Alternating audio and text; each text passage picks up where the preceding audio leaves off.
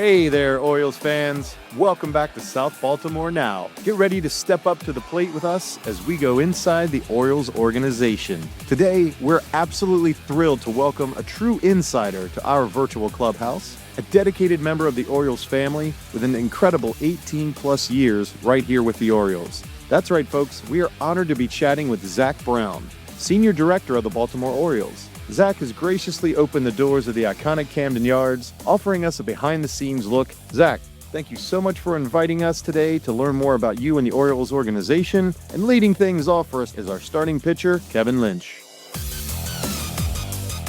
I hope my podcasting mouth is better than my throwing arm if I'm the starting pitcher today. Yeah. Zach, thank you so much, man. Welcome. Yeah, thanks for having me. It's always great to connect with you guys and to chat for a little bit. Yeah, this is a really cool setting. We're looking out the window down on the ball field there, which is quiet at times and very loud at times. And we found a nice quiet moment, but we know Zach's going to talk to us about all the times it gets loud and rowdy in here. Yeah, we're looking forward to plenty more ahead, for sure. Absolutely. So, Zach, tell us about your journey in baseball and working for the Orioles and how it led you to your current position. Yes, so I started many moons ago when I moved to South Baltimore. Started as an intern here in the PR department.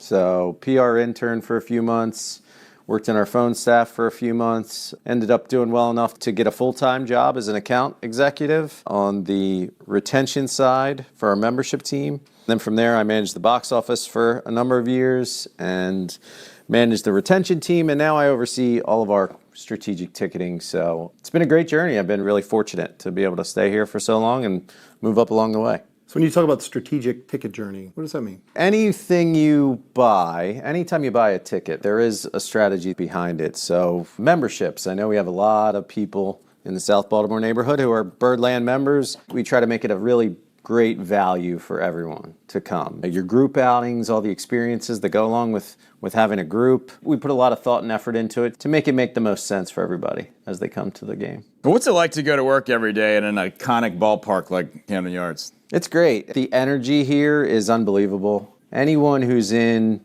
professional sports, generally speaking, but baseball's the longest season for sure.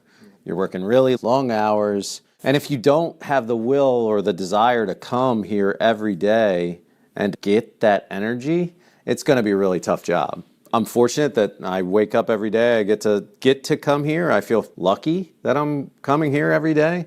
You know, having an office in the warehouse, to ride my bike here from the neighborhood. It's just a great experience all around. And really game days even ramp me up another level. Like I get a high energy from a game day experience, and the crowd here, for me, there's nothing better. And obviously you were a fan growing up, and obviously you're still a fan of the team, so I'm sure you've seen some pretty cool moments in this stadium, maybe in some other stadiums as well. So what are some of your biggest memories as an Orioles fan? Yeah, let me start with one as a kid, since I am a lifelong fan. When I was a kid, we grew up and my dad was really resistant to get cable TV for a long time. That was one of the things I wanted as a child. But I remember Game 4, 1996, ALDS, we played the Indians, and they were the Indians at the time, so that's okay. Those were up at the beginning, but then they blew the lead. Can't remember the exact details, but I remember my dad, who wasn't that big of a fan, but liked to give him a hard time for sure. He said, there's no chance they're ever coming back. They blew it. And I said, I bet you cable TV that they come back. And sure enough, they came back, tied it in the ninth, won it in extras.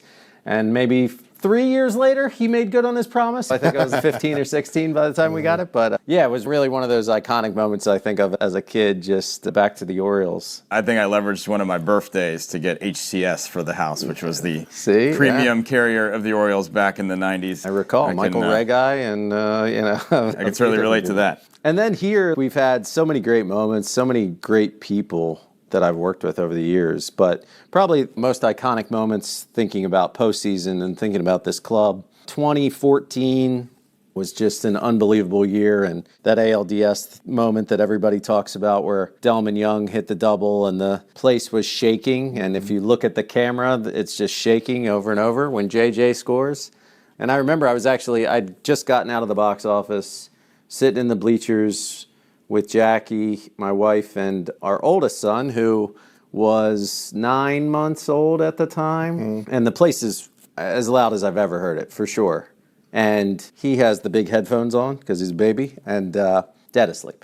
I just remember looking down, everything's going crazy. I look over, he's sitting on Jackie, just dead asleep, and I'll never forget that moment. And then 2012, I think, is my other one that probably is my most iconic. That year, we definitely weren't supposed to make the playoffs. We were supposed to finish last.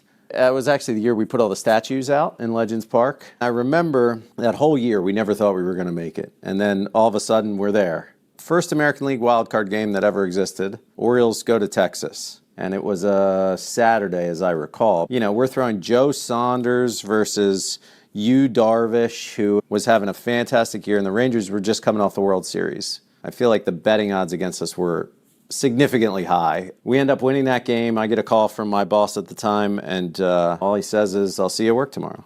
And I'd never been happier to come into work the next day because we immediately hosted the Yankees, started a playoff run, and took them to 5 in that series. And, you know, didn't go any further, but man, that was unbelievable time. And first time I was here for the playoffs, so really sticks out. I remember the Delman Young game. It was pretty early in the day following a night game. So a lot of people in the stadium were a little tired and maybe hungover that day. It was a slow game until that rally happened. And it was almost like people were sort of there, they're tired, they're sort of on edge. And then that moment happens and it just like unleashed everybody's anxiety and stress. And I'm sure you've seen it, but there's like a YouTube video of somebody had like a cell phone camera, I think from the Zenith apartment building back there. And like their camera was like shaking, like just from the noise a block away. So that was cool. And then and I remember we hosted that series against the Yankees, and we hadn't hosted a playoff game in 14 years. That game was delayed by like 2 hours by rain. The second game might have been delayed a couple hours by rain, too. It was just like, what's 14 years plus 2 hours? Nobody left. I think we lost that game, but everyone was just so happy to be there. I remember walking around the concourse, and I must have seen 20 people I went to high school with that I hadn't seen for 15 years that probably had the same thought that I had. I'm not missing this game. Yeah, I think it's great, man. At these special moments for the Orioles, I think it does bring the community, the city, the region together for this shared goal, this love of this club, and to be a part of that's really special. I certainly think a lot of people that are a little older didn't grow up without the Ravens around, so it was really all about the Orioles back then. So I know there's just so many people that have such a connection with the Orioles and so badly want the next pennant to hang at the stadium, hang at their wall, and hopefully that happens soon and add to those memories. Now, I know you guys are always coming up with creative and fun ideas to have fun in the ballpark, ways to get people in the ballpark. So what are some of the things on the schedule for this year that you're specifically excited about? I think generally we're really focused on the fan experience, and you've probably seen that over the past few years. More and more things we do are focused on having that great time in the ballpark. This year, I think we did a great job with the expansion of the bird bath, you know, an area that we sold out so quickly all of last year that it was hard for people to experience it. So being able to add a whole nother section and really expand on that platform was a big initiative that we're excited about. And we've had some really fun groups come out and try to like take it over. We see that as a really fun iteration of that space where people are going to be using it to do their own thing. And certainly out in left field as well, we've got the home run porch now. So I think that's something that we'll probably build as we go, but for anyone to be able to buy a ticket in those sections right behind it and send your kid down with his or her glove to try to catch a home run for the game, that's pretty cool. Was Ryan Mountcastle the architect and designer of a shorter wall and the home run porch? I don't think he opposed it. That's what I could say. I don't think he did. Yeah, I think as they did it, it just made us play a little more neutral. We were probably playing a little pitcher friendly for the past few years. Sure. Are there any giveaways that happen in the stadium that your kids are like, Dad, you've got to get me one of these? Yeah, it's funny. They certainly liked the Oriole Bird plush this year. We all came to that game. Hawaiian shirt is always a big fight in our house over who gets it, including my wife. Usually all three of them want that. I think some of the other things, I don't go through the promotions with them because I don't want to get the requests in advance, but bobbleheads are always popular. They always like the creative bobbleheads. I haven't brought home the Star Wars ones yet, but I think that'll really appeal. We're doing a lot more targeted promotions this year with themes. One that Ian's definitely excited about is Pokemon Go Night, where we're going to have special activations within the app, special Pokemon you can only find here at the ballpark, and it's going to come with an exclusive t-shirt for everyone who buys the ticket package. He is very geared up for that one, I can say, for sure. But I think all of our theme nights are really interesting. We're doing a Build-A-Bear concept where you can build your own. We're doing some heritage nights. Like a build a Oriole bird? You build an Oriole bird, yeah. We're doing a lacrosse night where you get an exclusive penny with the package. So we're doing a lot of things that are appealing to other markets, to other people who might not always think Orioles baseball first, but we want them to be here and experience the ballpark. Very cool. Hawaiian shirt night has become iconic around here, and in the ballpark, it's almost like 1 out of every 5 people seems to have one of the Orioles Hawaiian shirts on. I love that that's become part of our theme. And yeah, looking at some of those things, that Hispanic Heritage Night hat looks really cool. I definitely want to see if I can get that one. That one looks like a good time. Yeah, I was looking at that design the other day, and I'm pretty excited about that. And even with the Hawaiian shirt this year, we ended up splitting it across 2 dates so that we could capture more people to come for that item. So it's going to be exciting to have it on a Tuesday and a Saturday this year. Very cool. Yeah. So now if people had giveaway ideas, would they submit those directly to you? We do a survey every year to try to gauge interest. And we are looking at different concepts. We've done these over the years where fans vote on certain things, especially as it relates to T-shirt designs and things. We really want our fan input on those, so we really cool. continue to do that. I heard hockey jersey night was a huge line out to Utah Street and everything to try to get in that night. Hockey jersey night was really crazy. I mean, we got great weather, but the item definitely drove a lot of that in advance, even before we knew the weather was going to be great. I think it was first time in a long time that we've had a non-opening day sellout during the week in April. Awesome. Pretty impressive. What are some of the factors that can make your job easier? Yeah, I think when people get excited about the team, it makes a big difference. But really for us, it's about the fan experience. I think it's easier to sell a ticket when somebody's come here and they've had a great time. It makes people want to come back.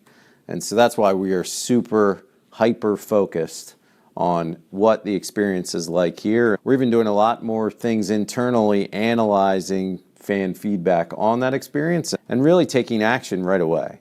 It's been impressive, some of the things we've reacted to quickly this year to really increase it. I think it's about how we treat people. I hope that everybody, when they come to the ballpark, feels like they're heard, taken care of, and treated in this welcoming way, because that's the goal of the Orioles. We think that's what will bring people back more than anything else. Having a large family, nothing is cheap these days. Like everything I get invited to, if you're looking at 20, 30, 40, 50, sometimes $100 a head to do stuff. I really love that the Orioles is still like one of the most affordable things I can do with my family. The kids can go for free at certain times. Sometimes there's tickets for $20 or less. And I'm really into the Birdland value meal, the $5 beers, and some of the discounted things where it can really take the stress off of going to a game. Where it's like, all right, we're in the game. How many extra $100 are we going to spend over there? So it really is nice to think, yeah, I would like another beer. And when it's $5, it's not something you have to really think twice about versus when it's $14 or $15. Do I really need that? So I've really enjoyed that experience this year to just take the stress off of running up the credit card charges while I'm here. Yeah, and I think that's what we want, right? We want that experience for everyone. Of course, we're going to have some tickets that are on the higher end that provide a different experience, but we want to have something where everybody can come. And the value menu is a great example of that, for sure. We've heard great feedback on it so far, and even when we were testing it in the off season, we thought, wow, this really is a value. Like, it's not just a value printed word. Yeah. When you get here and you get the items, I think it feels like it's a true value. Yeah. Sure. And I know you have a lot of new coworkers in the warehouse that have probably helped come up with some of these ideas, especially in the C-suites. A lot of new people with executive level jobs with the team. So just talk about some of the new business strategies going on here with this new David Rubenstein ownership group. I'll just say, as someone who's been here a long time, I've been really lucky to work with a lot of great people over the years. Some are still here, some are not, but it's been a great place to work with really great people for a long time. The new group that has come in is no exception to that. And a lot of the things they're doing are helping us modernize a few things and push ahead. While the Orioles are great now, I think there is an ability for us to be even better. And as Orioles fans, I'm sure people want to see us win a World Series, right? I think that is the goal, organizationally, top to bottom. I can't throw. I'm hitting kids in Little League, so I don't think you want me to throw to Major Leaguers. That's not true. I have bragged about Zach's batting practice arm many times. But I think at the same time, we're all driven to the same goal. We want to win a World Series. We want to bring that to the city. I think the new ownership group has a strong desire to do that. And the changes they're making are all driven towards that goal. We need the support of the community to get there too. Like if nobody comes to games, that affects our ability to do other things and limits the ability of this team to really compete. It's all connected. I think it's our job to make people want to come to games, especially a big part of mine. But I hope that our fans feel they are a part of this. When they are buying a ticket to a game or buying food at the concession stand, that is something that helps us in the long run to be a better, more successful franchise. And it's pretty quiet in the stadium right now, but it sounds like there's plans for it to get very loud around here on non-game days as the Orioles are embarking on a renovation of this stadium that's over 30 years old. I know this week you guys launched your website to keep people up to date on the renovations. Big new scoreboard in center field, some ribbon boards, and I know when it comes to your job, there's going to be some different types of tickets one could buy in the future with some of these new amenities and new spaces that will be coming. So is there anything you can tell us about what type of tickets and in-game experiences people might expect in the future? We're going to be super focused on the fan experience, and the scoreboard announcement is no exception. I think anyone who's been to other ballparks would probably tell you that our scoreboard's a little lacking compared to those, and it hasn't been lost on us, certainly. So we're trying to modernize and make this one of the best experiences. The sound system got a Band-Aid this year, but you'll see more improvements on that as well, we were talking about. Really, other things, I think more is ahead. Now, I would recommend anyone to sign up for that website to hear it as it's launched, but I think we'll have things that appeal to everyone, right? Our goal is going to be to have high-end products that really appeal to certain groups and really deliver on this exceptional, inclusive experience, and then making the general game experience better for everyone with more updates is a key component. I think you're going to see a lot of that as we move forward. And I know you have a lot of colleagues around Major League Baseball in the country, and you've been to a lot of places. Is there any road trips you would really recommend for an Orioles fan to see a cool stadium, have a good time, get a good fan experience? It's a great question. I think there's a few, certainly. We have some great ones close to us. I really like going up to Philly. Boston is iconic. Pittsburgh is fantastic. The Braves did a great job with their renovations. Went out to see the White Sox last year with the family. I thought that was a great place too. And I was just in Minnesota, and that was one that impressed me as well. I'd never been there before. Honestly, I think it's hard to go wrong, in my opinion. I'm partial to Camden Yards, certainly, but I do think some other places with different concepts, open concourse and different amenities that they've come up with are really creative and doing some really neat things that I'm sure we're going to pull from as we try to enhance the fan experience. Am I correct in thinking, though, that Camden, if I think back to being a kid in Virginia in 1992, watching Camden Yards open up, this was the ballpark that started it all for modernization, just giving a better fan experience? That's the story I know. Yeah. It's funny, you go to some of these other places, and a couple I just point out, White Sox and Twins, and you get there and you look at the seats. Yeah. It's very similar. You can tell that they took this concept from us, and part of the iconicness or reason is Baltimore was the one to pull people back downtown. There was an exodus of downtown ballparks before this came right smack in the middle of the city, and as somebody who lives in the city and likes that experience, there's nothing I'd rather have. It makes it amazing for people in our neighborhood to be able to walk over here. Yeah, I don't know that I would live in South Baltimore if these two stadiums weren't put here, because I think it certainly was a huge jolt of caffeine into bringing more investment into Federal Hill and Otterbein and all those places. And obviously, I'm a huge sports fan, so having sports be a huge part of the fabric of the neighborhood I live in is just always at the top of my list when people ask, why do I love South Baltimore? We'll get to why you love South Baltimore in a minute, but some of your colleagues around MLB, are they a little bit jealous that you get to be at Camden Yards? Because I know this is just such a revered ballpark around the country. So do you hear a lot of positive feedback about our stadium from around the league? Yeah, I was at a league conference with a lot of colleagues, and I had a number saying, I got to get down to Baltimore. I can't wait to see the ballpark. I guess I'll be using some comp tickets on some colleagues in the near future. But look, I think we're really lucky, especially just the whole fabric of life as I see it. I don't spend an hour commuting somewhere. I spend 6 minutes on my bike to get here. And that way I can get to Little League on time and make those things happen. And that's a big deal for me, certainly. I think some of the other neighborhoods around ballparks aren't quite as friendly for that type of thing. And so, yeah, I hear it from a lot of others. They love this place and always want to come and visit, and certainly feel lucky that I'm a part of it. Yeah, I think it's cool for the players too. I like to ride my bike and take rides around the Harbor Promenade, and I'm always seeing players from the Orioles just walking around, players from the other teams walking around. Where obviously the Orioles are here and they get to see that whatever one's expectations are of Baltimore, they probably know it differently because they're living a pretty cool lifestyle here. But even when last week I saw a player from the Royals and a couple of different players from the Yankees just taking a stroll around Harbor East, and that's got to be pretty cool to be like a mile from the ballpark and just endless waterfront to walk around and check out, endless restaurants. You could literally get to where you're going by water taxis. So I like, too, that everybody that sort of comes here as a player and opposing player probably gets a pretty good view of how Baltimore can be a pretty cool place. Yeah, I totally agree. Harbor East has had this renaissance in the last 4 or 5 years, especially. Our neighborhood certainly has these great things that are happening.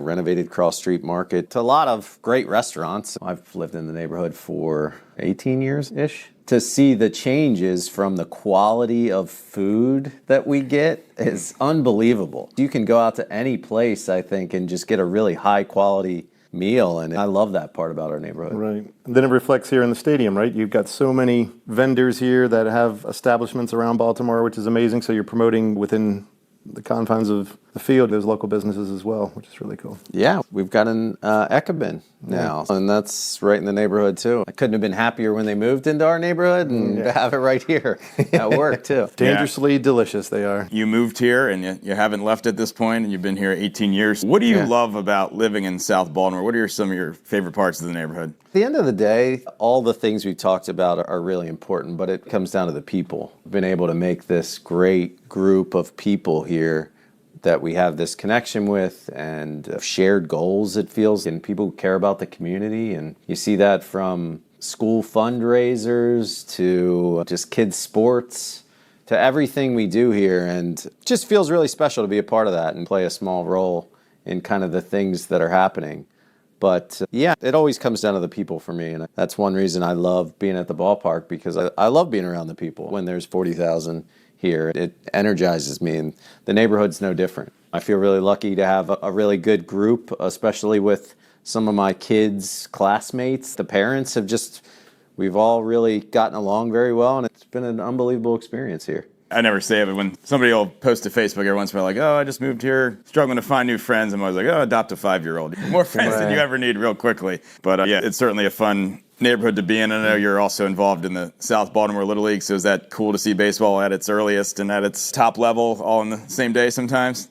It's great. Yeah, I love it. I think the same things I like about being in a leadership role here at work translate so well to coaching Little League. Mm-hmm. It's the same thing. I like the kids. I like developing them. I like trying to figure out how do we make each other a little bit better at the end of this season. And I think the thing I always try to hang my hat on the most is, does the kid come back and play again next year after I coached them?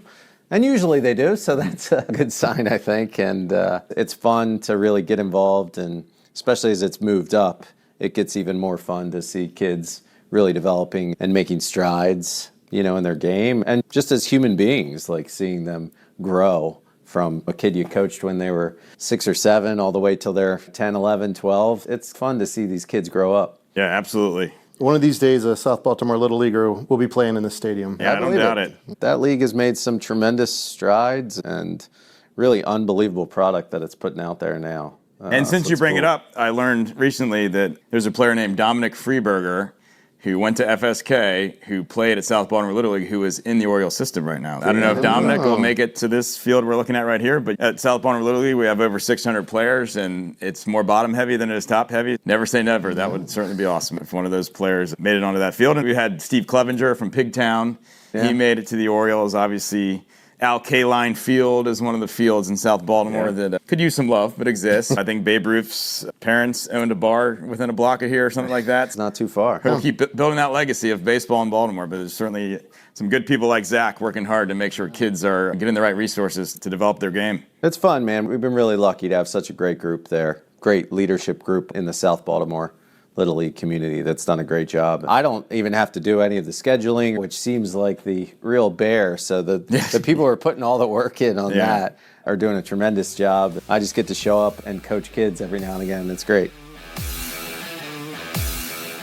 Thanks for having us here. This is really cool, and we're all rooting for your job to just get easier and easier by, bunch of World Series and MVP awards for your players, and Hopefully everybody here is ready to come out and get into some games this year if they haven't done it yet. We appreciate it, Zach. From Little League to Major League, we appreciate all your input and insight and, just a little sneak peek behind the dugout here at Camden Yards. Yeah, thanks for having me, guys. I appreciate it.